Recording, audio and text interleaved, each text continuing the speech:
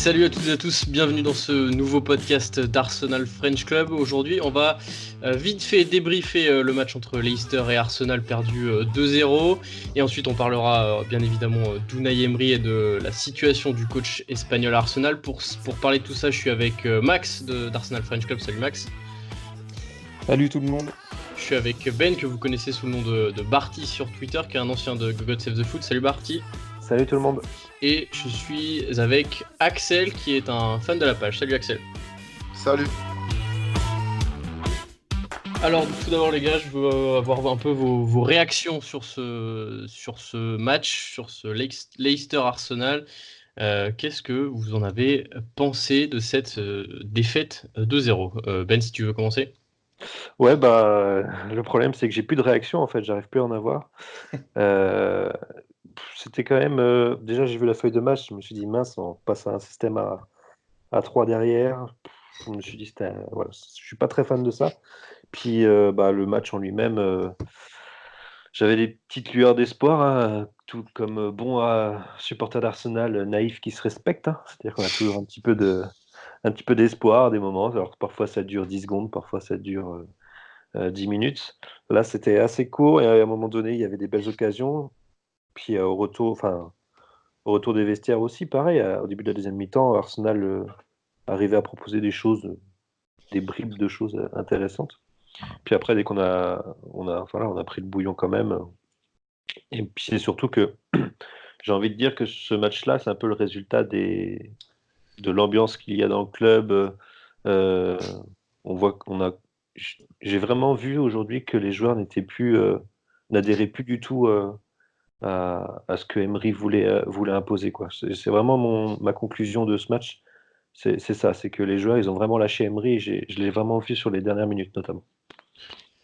C'est vrai qu'on peut dire que, parce que la première mi-temps était quand même, il y avait quand même un peu de jeu. La début de deuxième mi-temps, on contrôlait, on va dire, le match. Et ensuite, une fois le premier but encaissé, Arsenal a totalement flanché. C'est un peu ça que tu es en train de dire. Ouais, voilà, c'est ça. Après, c'était pas non plus exceptionnel. On a vraiment beaucoup de lacunes, on les a encore vues, mais j'ai envie de dire que les débats étaient équilibrés en fait en première mi-temps. Les commentateurs RMC, on les a entendus dire la même chose en disant que voilà, on savait pas trop quelle issue le match pouvait prendre. Puis en fait, malgré la meilleure entame de seconde mi-temps, on a bien vu qu'on était complètement dépassé. Il y a eu donc une superbe occasion de Leicester qui a été concrétisée par Jamie Vardy, puis après c'était la fin, quoi. Enfin, on voyait plus le jour. Il y a eu une petite réaction juste après le but de Jamie Vardy, mais ça n'a pas donné grand-chose puisque Maddison il a doublé la mise 7 minutes plus tard, je crois, à peu près. Max, t'en penses quoi, toi, tout ça? C'est un peu pareil, plus trop de réactions, on sait plus trop quoi penser de cette équipe. Comme le disait Ben, ouais, on sent vraiment que les joueurs, ça y est, ils ont complètement lâché leur coach, et puis il n'y a plus d'envie, il n'y a aucune réaction, il y a aucune colère, il n'y a rien en fait. Il n'y a plus rien. Il n'y a pas grand-chose de positif à garder. Après, on change encore de système aujourd'hui. Finalement, on peut se demander aussi pourquoi, puisque on veut changer un système pour renforcer une défense, mais finalement, la défense prend toujours aussi facilement le bouillon. 25 tirs à 8. C'est quand même hallucinant. Devant, c'était incompréhensible au niveau du positionnement. On voulait presser et occuper la largeur du terrain, mais t'avais Obama et Laka qui marchaient sur nos latéraux. Il y a eu des permutations où Aubameyang sur l'aile droite, après sur l'aile gauche. Enfin, les permutes, genre, je sais pas si c'est des consignes strictes ou si les trois avaient une liberté de bouger à leur guise, mais on voit bien que les joueurs, ils sont même plus concernés. Même un Guendouzi qui est plutôt habituellement avec son caractère dans la réaction, parfois même dans l'excès de réaction, là, il y avait rien de qui que ce soit, d'ailleurs, il y a rien. Alors, je ne sais pas si vraiment les joueurs ont lâché depuis un moment, et là, on fait semblant depuis quelques matchs, parce que on est quand même Arsenal et on sait faire quand même deux, trois petites choses. ça tient le temps que ça tient, et puis dès qu'on prend un but, bah ça y est, le mental plonge directement. Mais oui, après c'est symptomatique et à l'image de ce qui se passe tout autour du club, à l'intérieur, à l'extérieur du stade, l'ambiance est complètement viciée là. Ça se ressent absolument sur le terrain. Il n'y a rien en fait. Le pire, c'est que moi, bon, personnellement, qui suis quelqu'un plutôt d'optimiste depuis 25 ans par rapport à Arsenal, là, je n'en ai plus rien à carrer, hein. C'est là où je trouve les buts, je m'y attendais. Ça m'a même rien fait en fait sur le plan émotionnel, alors qu'à d'habitude, je me serais énervé. Comme si les dés étaient joués depuis déjà quelques matchs.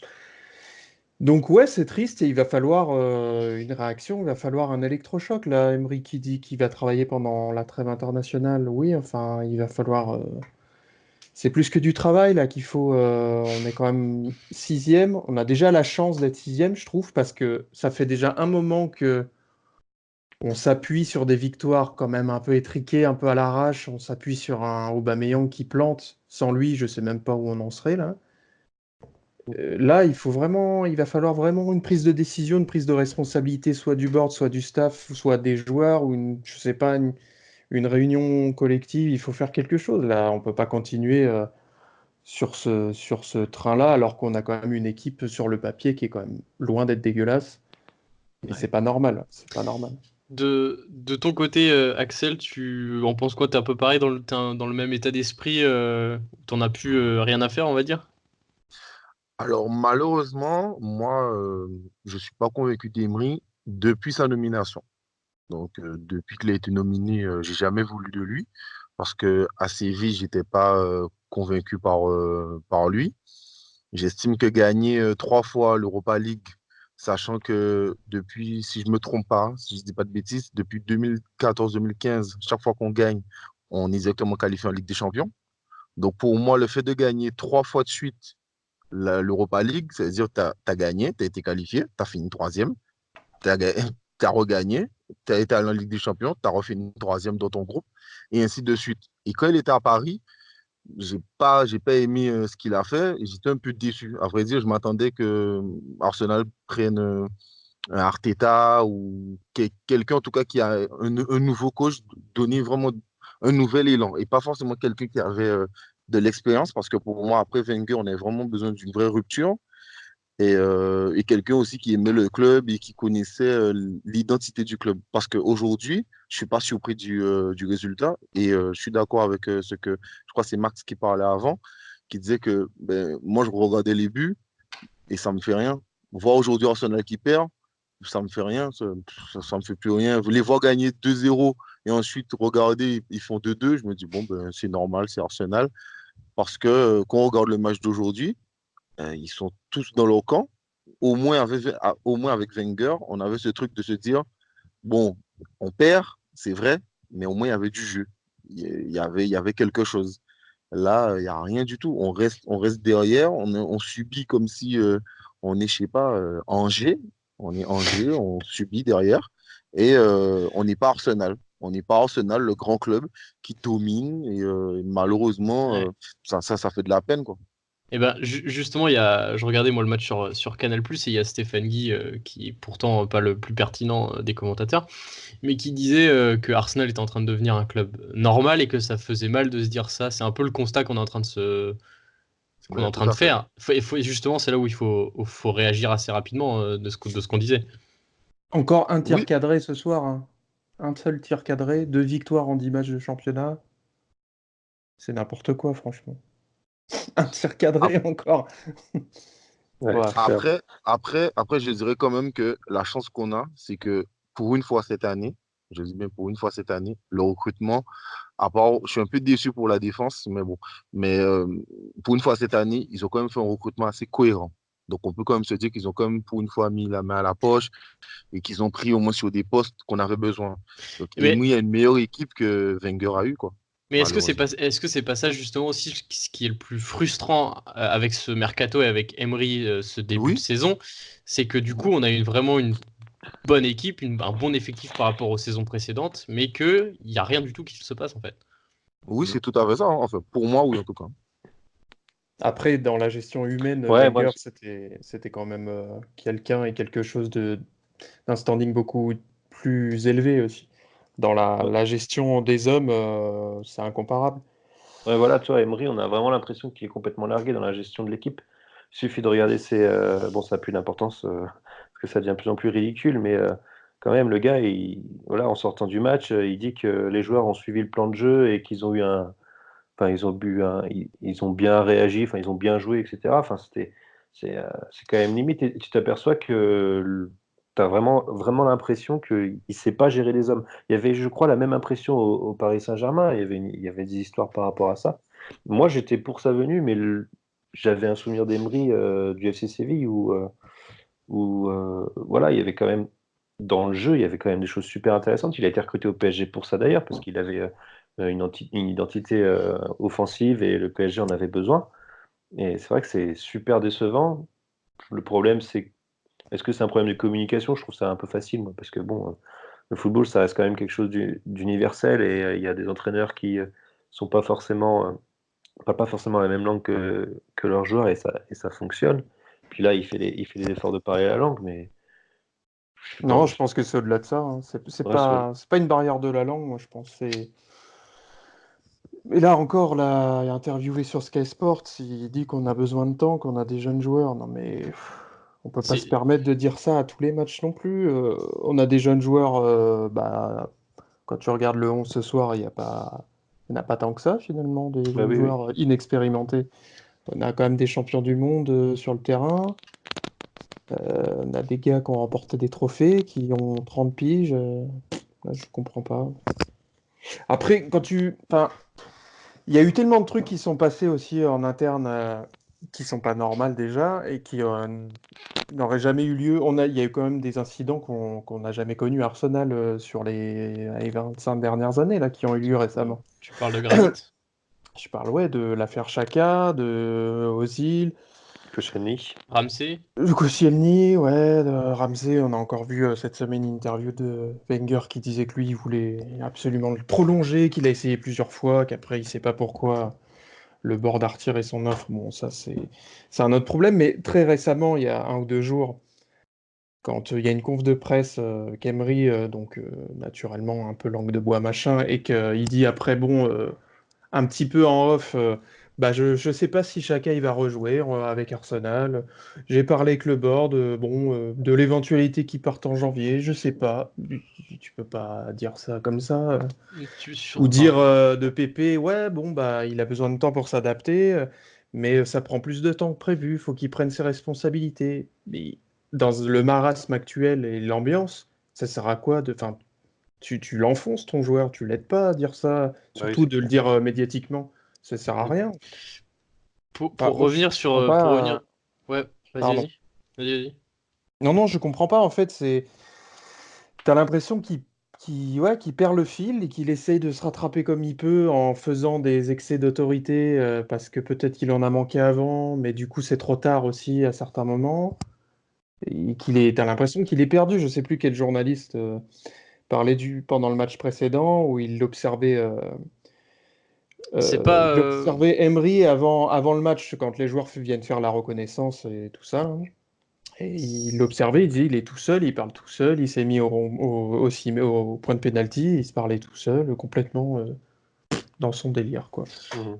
Il n'est pas Pour, avec ses joueurs, pour revenir sur cette défaite d'Arsenal face à Leicester, qu'est-ce que ça veut dire pour Unai Emery pour son avenir? Est-ce que c'est définitivement raté et qu'il va forcément être viré dans les prochains jours, ou est-ce que le board va continuer à lui faire confiance dans les prochains mois, Bah, jusqu'à la fin de la saison? bah déjà là, à l'instant où on parle, donc on enregistre juste après le match, il y a Kaik Marine qui avance l'idée que Raoul Sanelli il sera en contact avec Luis Enrique pour remplacer Unai Emery. Moi, à mon avis, enfin, j'ai peur déjà de son successeur. Je pense par contre, je suis sûr de moi que Unai Emery, il passe pas la trêve internationale. En plus, ce serait un moment opportun pour le club de faire ça à ce moment-là, puisque ça permettrait à un nouvel entraîneur d'arriver, enfin en tout cas de prendre la place, ça peut être un intérim aussi, hein, mais d'arriver à un moment où il n'y a pas de match. En fait, ça permet de reprendre le groupe, prendre le temps de reprendre le groupe. Et, euh, Et et voilà. est-ce que justement, comme tu dis, est-ce que c'est justement pas le bon moment après cette défaite contre Leicester qui devient du coup deuxième devant Manchester City avant le match face à Liverpool? Est-ce que c'est pas justement le moment en effet de d'arrêter la collaboration avec l'Espagnol?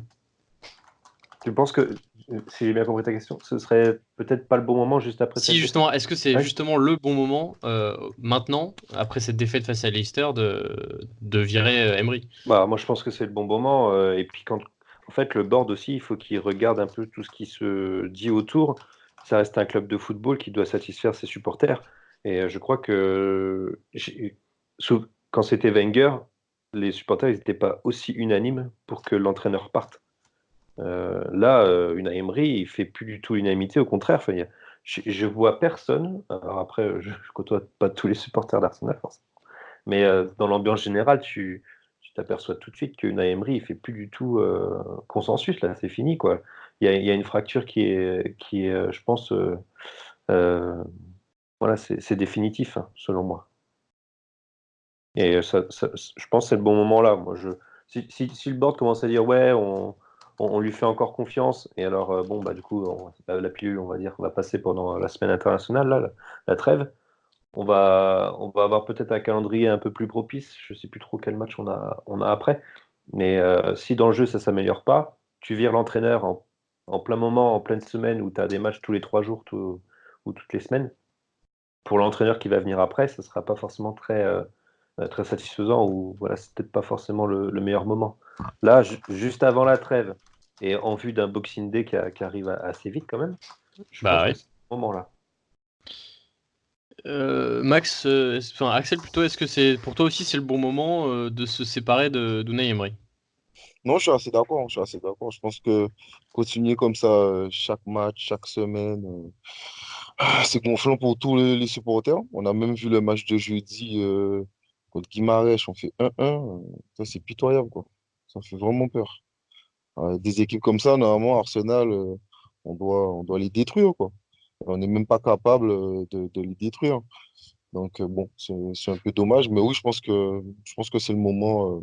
Après, il faudrait vraiment trouver quelqu'un qui, comme j'ai dit au début, c'est quelqu'un qui aime Arsenal et qui a vraiment envie de faire jouer Arsenal, comme les supporters d'Arsenal aiment, quoi. Parce que gagner aussi, c'est vrai que gagner, c'est toujours bien, mais je prends l'exemple, je pense qu'aucun supporter d'Arsenal ne veut ça, mais je prends l'exemple d'avoir un Mourinho qui me fait gagner, mais qui joue comme une merde. Moi, ça ne m'intéresse pas. Après, moi, ce qui me dérange dans les potentiels successeurs d'Unai Emery, parce qu'on peut avoir une vision prospective, hein, on peut regarder ce qui peut se passer après. Moi, ce qui me dérange, c'est que les noms qui ressortent, ils sont pas du tout. Quand je vois les supporters qui veulent, voilà, bon, après, c'est justifié ou pas, mais Arteta, Ljungberg, par exemple, c'est les deux noms qui ressortent là, peut-être.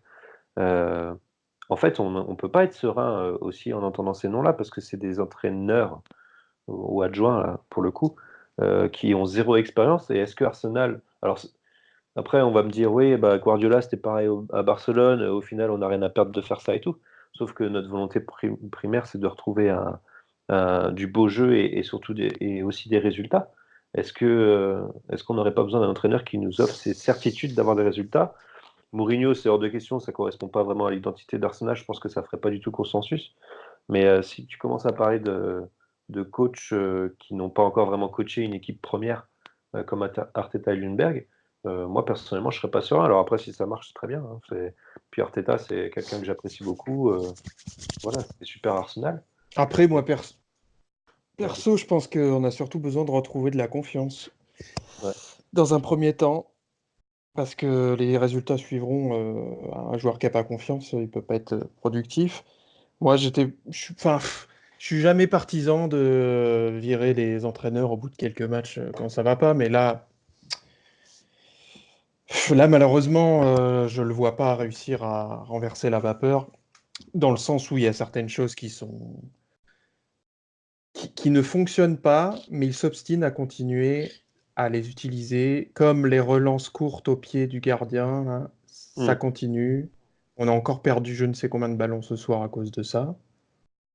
C'est quoi? C'est s'enfoncer dans ses plans, ne pas Mais, en sortir mais, et mais- être borné. Mm.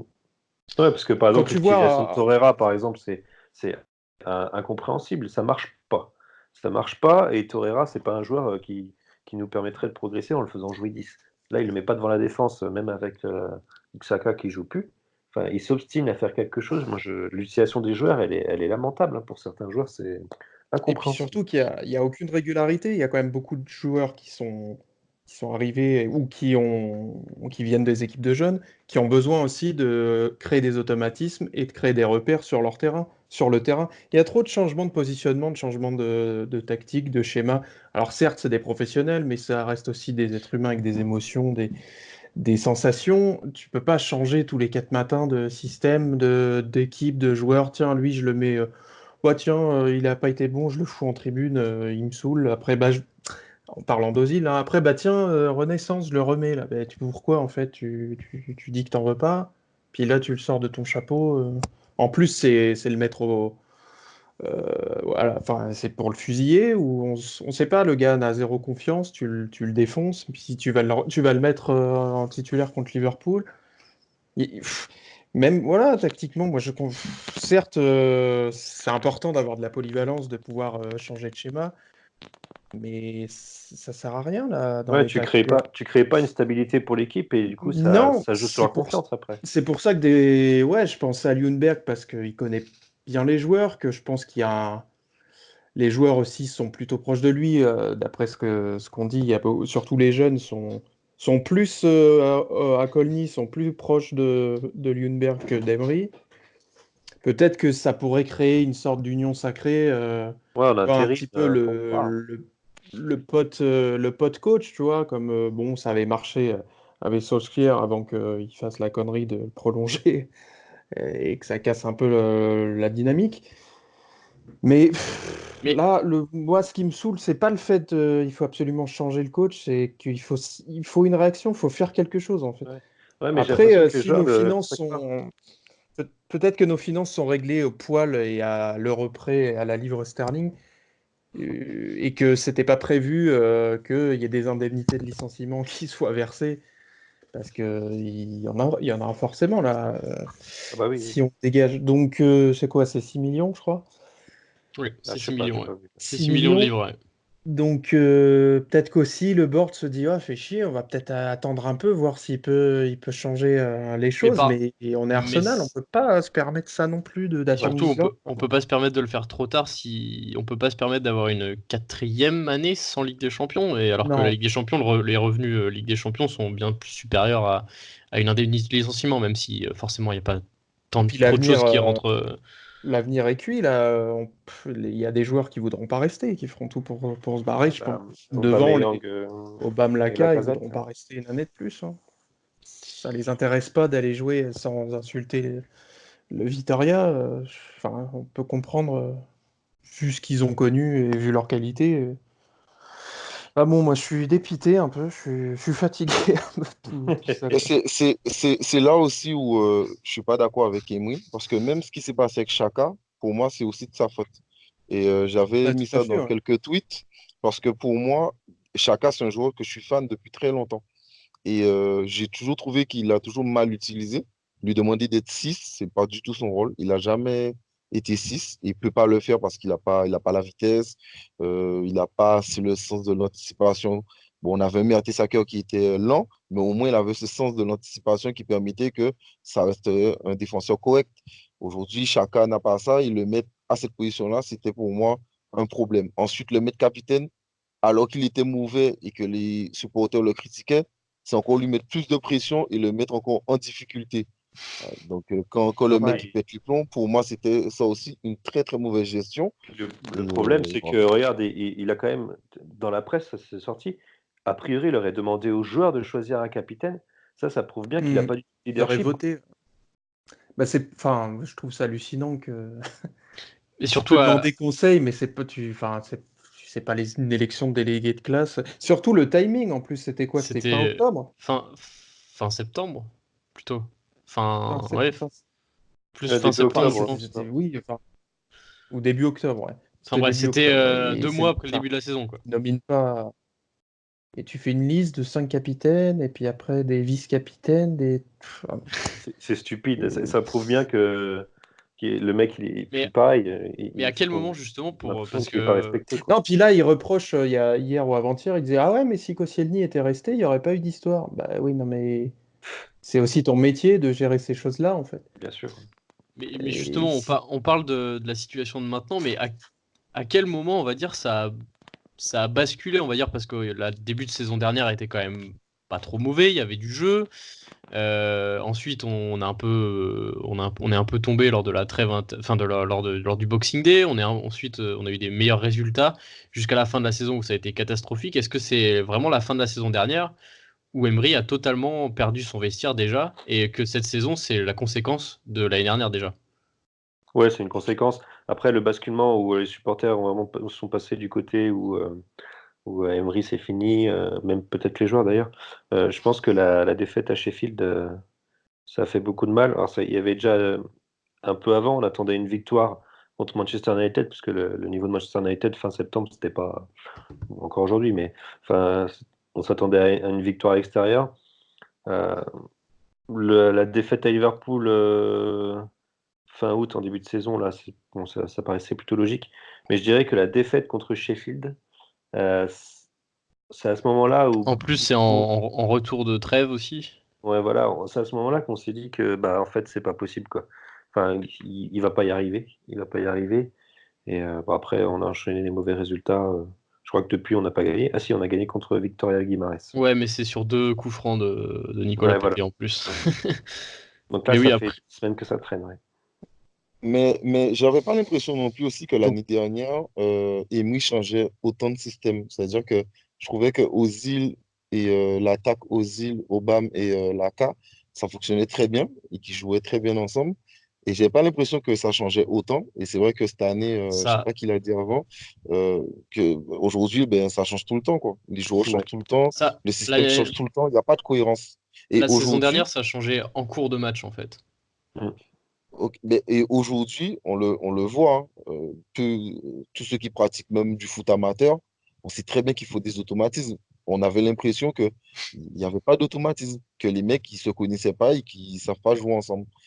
Ils n'arrivaient même pas à garder le ballon 2 minutes. Je regarde le match, les mecs, ils n'arrivaient pas à garder le ballon. Guendouzi et Torreira, ils sont pas assez près, ils sont trop loin. Lacazette, il a fait beaucoup d'efforts. Ozil, il redescendait pas assez pour porter le ballon. C'était Ouais. ouais, catastrophique. Ouais. Catastrophique. Mais après, je pense que pareil, il y a eu une grossière erreur de l'équipe d'Unai Emery. C'est en fin d'année dernière. Enfin, on n'a pas le droit de passer à côté de la 4e place, en fait, parce que on avait vraiment un boulevard. On pouvait largement se qualifier en Ligue des Champions. Et enfin, moi personnellement, j'ai eu l'impression que les joueurs et Unai Emery, hein, se sont concentrés sur la finale d'Europa League au détriment du championnat, alors qu'il y avait vraiment la place. Je pense que ça, c'était une erreur, parce que tu peux pas concentrer tes forces sur un match en fin de saison. Certes, c'est contre Chelsea, c'est un match super important, puis au final, on a perdu. Mais Et puis même c'est surtout, tu te concentres sur un match pour sécuriser une place en Ligue des Champions, alors que la place en Ligue des oui, Champions, tu aurais pu la sécuriser en 3-4 matchs en voilà. championnat. Bah, c'est ça. Et du coup, ça aurait mis peut-être moins de pression, encore moins de pression, je veux dire, pour la finale, quoi. À Mais défaut de gagner, t'es qualifié en Ligue des Bon, Champions. mais à la limite, l'année dernière, tu peux dire oui, mais bon, il n'avait pas les joueurs à sa Ouais, disposition, c'était pas son groupe, nanani, nanana. Mais là, cette année, pas je pense, d'excuses. sur le papier, on a quand même une putain d'équipe. On Bah peut C'est oui. vrai. pas, Puis on peut pas. il y a des jeunes, ça donne envie de les voir sur le terrain. Mais même il y a certains jeunes, j'ai l'impression que ça y est, il les a cramés, en fait. Saka, Willock, bah, tu peux pas bah, leur faire enchaîner autant de matchs je- comme je- ça. on parlait de gestion humaine, mais la gestion de Bukayo Saka, il le sort de son chapeau un match contre Francfort. Le petit il fait un match énorme avec 2 passes décisives et un but, je crois. Mm. Et ensuite, il l'aligne Ouais, tout. ouais. Il fait que de l'aligner. Bah forcément, le petit, il peut plus. Et puis là, maintenant, bah, il peut plus, mais c'est normal. Il y a Mm. aucun. Puis tu dois le protéger, ton petit. T'as vu l'âge qu'il a? Bah non, Ouais. non, il le refout, il le jette au fauve encore. Puis là, maintenant, bah, le gamin, il est cramé. Non, mais Bah, voilà, il y a toujours une compo c'est différente, un c'est truc. jamais le même joueur. Il sait pas quoi faire, quoi.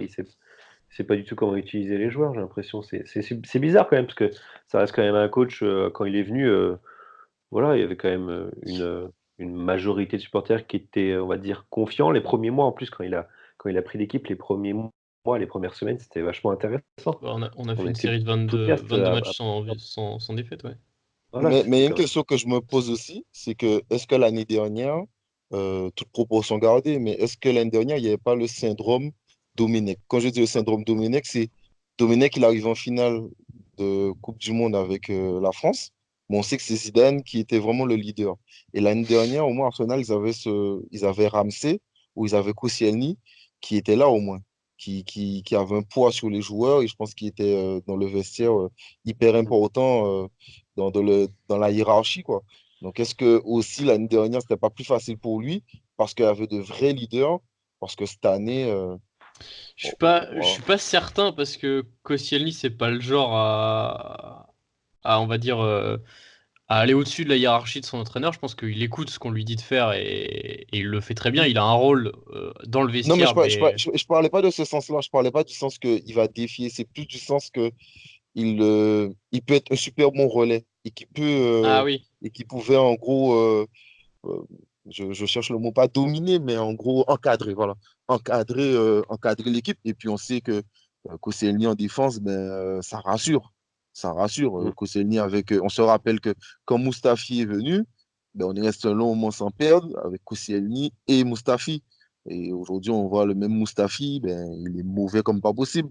Mais à côté de lui, il y avait un vrai patron. Et aujourd'hui, je pense que c'est ce qui nous manque, c'est un vrai patron dans l'équipe. Et on Ouais. regarde à chaque époque d'Arsenal où on a brillé, mais que ce soit à l'époque de Tony Adams ou à l'époque de Thierry Henry, des Bergkamp, des Vieira, des gens comme ça. Oui, ok, ce sont des légendes, d'accord, mais ça restait des gars qui avaient du caractère et qui savaient aussi voilà, prendre leurs responsabilités. Et aujourd'hui, est-ce qu'on a ça? J'en suis pas sûr. Mm. Ça fait, je vais avoir 34 ans, ça fait 25 ans que je suis Arsenal. J'ai pas souvenir d'une pauvreté pareille En dans le termes de jeu. leader? Ah, Il y a rien. Non, dans le jeu, on n'a rien, on fait rien. oui, je suis d'accord. Moi, je suis d'accord. Je n'ai, Pareil. enfin non, j'ai aucun souvenir qu'il n'y a rien du tout, quoi. Tu pourrais mettre, je sais pas, des plots. Là, Chambers, il a interviewé sur Sky Sport là, il y a quelques minutes. Il dit c'était encore un nouveau système de jeu pour nous aujourd'hui. Mais on est le 9 novembre, on va en utiliser combien des nouveaux systèmes? Et puis les pré-saisons, on fait quoi alors? Ouais, Ben, c'est ça. c'est ce que je disais au début, c'est qu'au moins avec Wenger, au moins avec Wenger, on perdait, mais bon, on se disait, bon, au moins il y a du jeu, quoi. Au moins on prenait Non, plaisir à voir limite, cet Arsenal. tu vois, Emery pourrait se dire, bon, ça marche pas, bon, on va se la jouer défensif, on va mettre un petit coup de catenaccio et prendre des victoires de raccro. Ok, mais même ça, on sait pas faire. Donc, finalement, il n'y a rien, en fait. Parce qu'on ne veut pas jouer Ouais. offensivement, on ne sait pas défendre. Au milieu, il y a pas de création. Et quand on en met un, bah, on l'utilise pas. Bah, le truc qui nous sauvait par exemple l'année dernière, c'est que l'attaque marchait, on marquait plus qu'on encaissait, donc forcément on Mm. arrivait à gagner des matchs. Cette année, c'est catastrophique Bah, offensivement, à part Aubameyang, il n'y a personne quoi. et encore, sans les buts d'Aubameyang, on n'est pas sixième. J'ai même pas envie de savoir combien on serait. Sans tous ces buts, ça se pense qu'on se ferait peur. Et quand Emery dit encore ce soir, les joueurs ont respecté le plan de jeu, ok, mais expose-nous, quel est ton plan de jeu alors? C'est ça Je pour serais ça, vraiment d'ailleurs. curieux de connaître en fait son plan de jeu et ses intentions de jeu. J'en rêve de savoir. C'est Peut-être ça. Moi, ça j'avais d'ailleurs, l'impression qu'ils auront. qu'Arsenal aujourd'hui jouait en contre-attaque parce qu'ils attendaient énormément. Mais le problème, c'est que quand il y avait la contre-attaque, ben, il y avait que deux, trois gars qui avançaient. Et toute l'équipe ne fait pas la contre-attaque. Donc, je sais pas, Mais j'avoue que j'ai pas trop compris aujourd'hui. le problème du Dans le match jeu. tactiquement aujourd'hui, c'était qu'il a mis, comme on disait, il a mis Aubameyang et Lacazette sur les côtés, sur les ailes, mais au milieu, il y avait personne, il n'y avait pas de numéro 9 et Ozil s'occupait de couvrir l'axe. Sauf qu'entre-temps, du coup, si Ozil couvre l'axe, il n'y a personne au niveau du milieu de terrain entre Mesut Ozil, Guendouzi et Torreira, ce qui faisait qu'il y avait C'est pas fort. il y avait un énorme trou dans le milieu de terrain. Personne n'accompagnait, personne ne savait vraiment ce qu'il devait faire. Ce qui créait, quand on était en contre-attaque, il n'y avait aucune création il n'y avait rien en fait. Et tactiquement, on se demande ce qu'on fait pendant les entraînements, quoi. En plus, il n'y a même pas de pressing, en fait. Il n'y a rien, quoi. On fait pas le pressing. Je sais pas si vous avez vu aussi en tout début de deuxième période, il y a Lacazette et Aubameyang qui discutent. Et Lacazette, elle a l'air énervée, soit sur un fait de jeu, soit sur...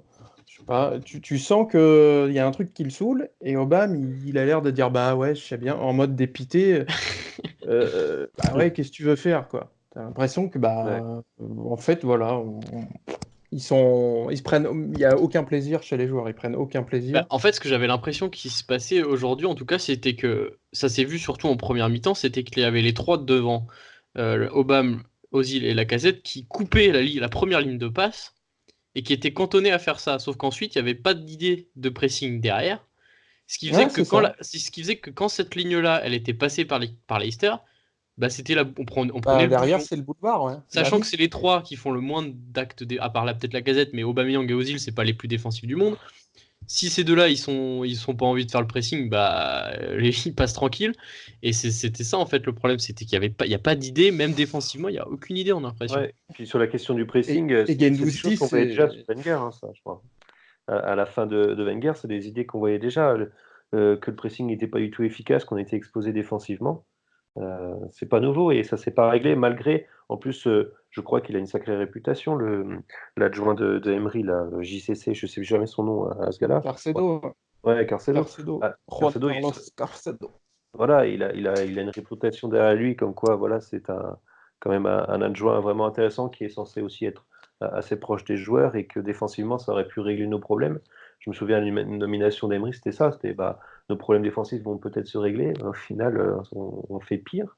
Donc, ouais, j'arrive pas à comprendre, moi, qu'est-ce qui se passe là-bas, quoi. Et c'est quand même, c'est Guendouzi qui a les clés de l'équipe. Un Il a gamin dit. de 20 ans qui a même Ouais. pas 100 matchs en pro, toutes compétitions confondues. Ouais. Et il y a quand même des gens, je citerai pas le nom, mais je pense que vous saurez qui sur C'est bon, Twitter, je sais qui qui c'est. sont qui trouvent qu'il a trop de déchets, qu'il fait trop d'erreurs.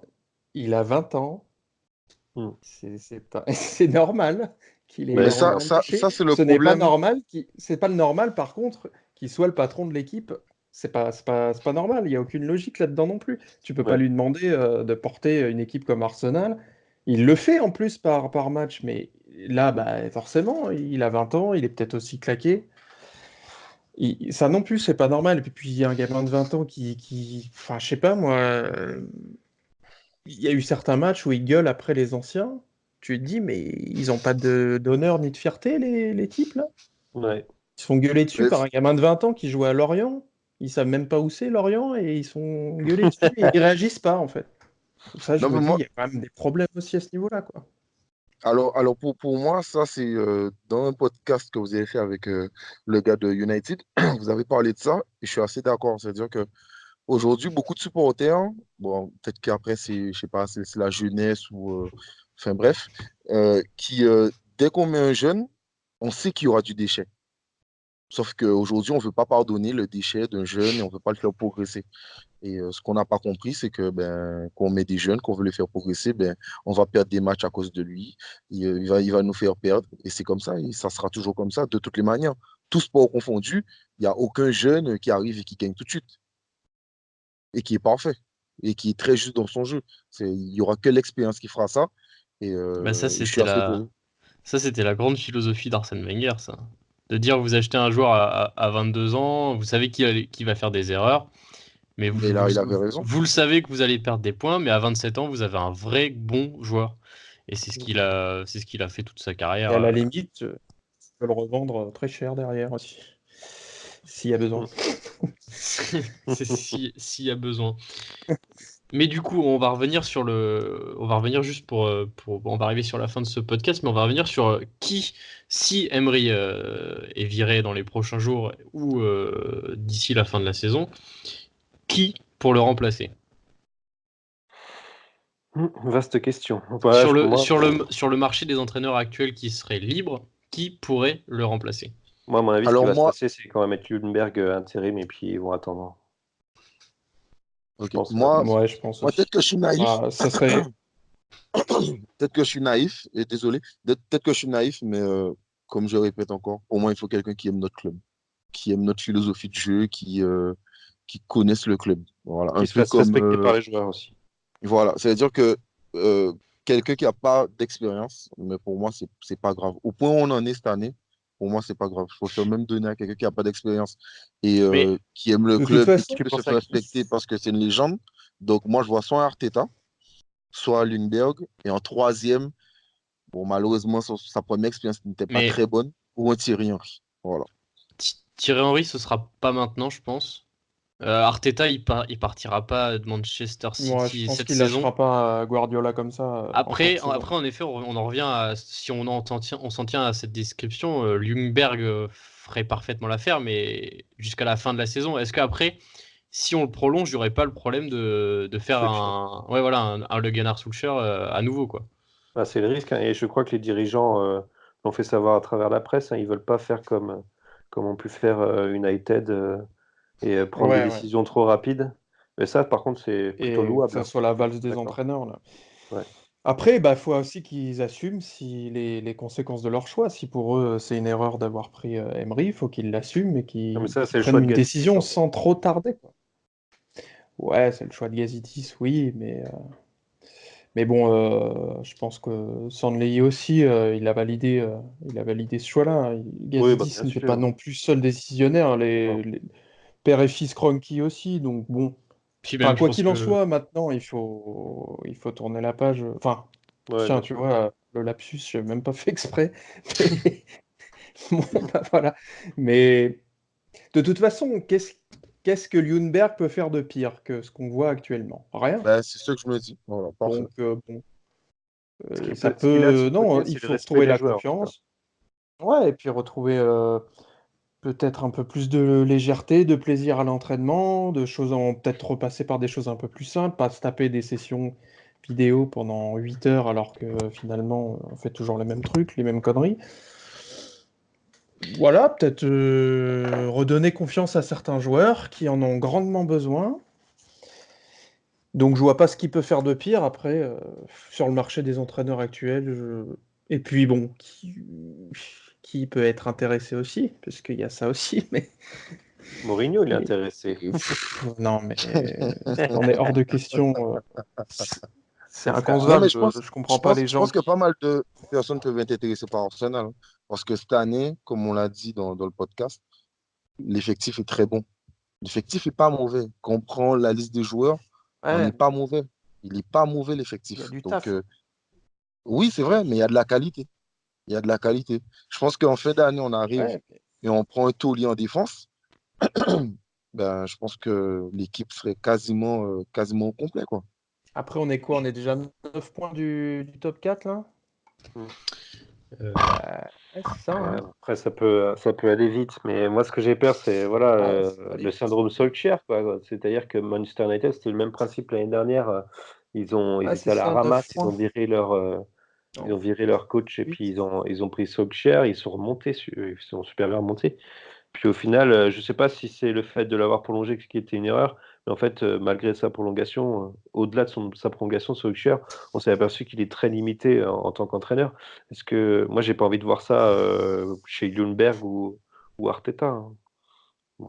Bon, on peut pas savoir. Après, c'est le problème, c'est que tu prends des risques, hein. Forcément, le football, c'est ça aussi. mais justement, au-delà de ce que tu es en train de dire, est-ce qu'on n'a pas, est-ce que nous, en tant que fans d'Arsenal, on n'a pas justement, en ayant vu ce qui se passait à Liverpool les années d'avant, avant que Klopp arrive, et à Manchester United ces dernières saisons, est-ce qu'on n'a pas peur que justement il y ait une valse d'entraîneurs et Hmm. qu'on devienne un club Comme Chelsea. Le lambda, truc, quoi, c'est on n'a pas les moyens de Manchester United non plus pour se permettre ce qu'ils sont en train de faire là non plus. Nous, on n'a pas non plus la même aura, la même puissance financière. On va couler beaucoup plus facilement si Ouais, on continue puis sur ce rythme.